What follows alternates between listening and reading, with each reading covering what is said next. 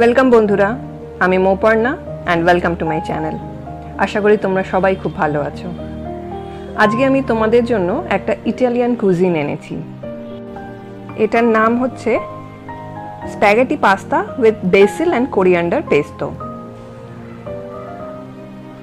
চলো এবার আমরা তাহলে আগে ইনগ্রেডিয়েন্টসগুলো জেনে নিই, তারপর রান্না করতে করতে বাকি কথা বলবো। উপকরণের ভেতরে ধনেপাতা আছে, বেসিল পাতা আছে, এক্সট্রা ভার্জিন অলিভ অয়েল আছে, চিলি, তার সাথে ছোট ছোট কিউব করে রাখা চিজ কিউবস, 5টা মতো রসুন, 1 টিস্পুন মতো গোটা গোলমরিচ গুঁড়ো, রক সল্ট আছে, আর 10 থেকে 12টা মতো কাজু। এই বেসিল পাতাটা আমার নিজস্ব গাছের পাতা, এরকম খুব ফ্রেশলি একদম জাস্ট তুলে এনেছি।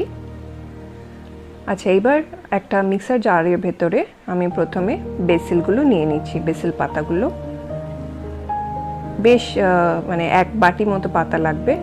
আমি এখানে ফ্লেভারের জন্য কোরিয়ান্ডার ইউজ করি, ইন্ডিয়ান টাচ দেওয়ার জন্য, নয়তো কোরিয়ান্ডার ইউজ না করলেও হয়। আচ্ছা, এবার আমি 5খানা রসুন দিয়ে দিলাম, তার সাথে 1 টিস্পুন মতো যে গোলমরিচটা ছিল সেটাও দিলাম, রক সল্ট দিলাম, আর এখানে 12টা মতো কাজু আছে সেটাও দিয়ে দিচ্ছি। তার সাথে এই ছোট ছোট কিউব করে রাখা চিজটা, এখানে 1.5খানা মতো চিজ আছে। তার সাথে এবার ধনেপাতাটা দিয়ে দিলাম। তোমরা চাইলে পুরোটাও ধনেপাতা দিয়ে করতে পারো, বাট বেসিলের টেস্টটা এই ইটালিয়ান কুজিনটায় মানে আলাদাই মাত্রা এনে দেয়। কয়েকটা কাঁচা লঙ্কাও দিলাম, আর 30 ml মতো এক্সট্রা ভার্জিন অলিভ অয়েল। এবার সব কিছু ভালো করে মিক্স করে নেব। এই দেখো মিক্স হয়ে গেছে, আমার পেস্তোটা রেডি। এবার আমি একটা কন্টেনারে এটা ঢেলে রাখছি। এটা অয়েল দিয়ে উপরে আবার আমি একটা অয়েলের লেয়ার দেব। সেই অয়েলে এটা অনেক দিন স্টোর করে ফ্রিজে রাখা যায়। তো এমন কন্টেনারে রেখো যেটা তোমরা এয়ারটাইট করে ফ্রিজারে রাখতে পারবে। দেখো খুব একটা থিক পেস্ট তৈরি হয়েছে।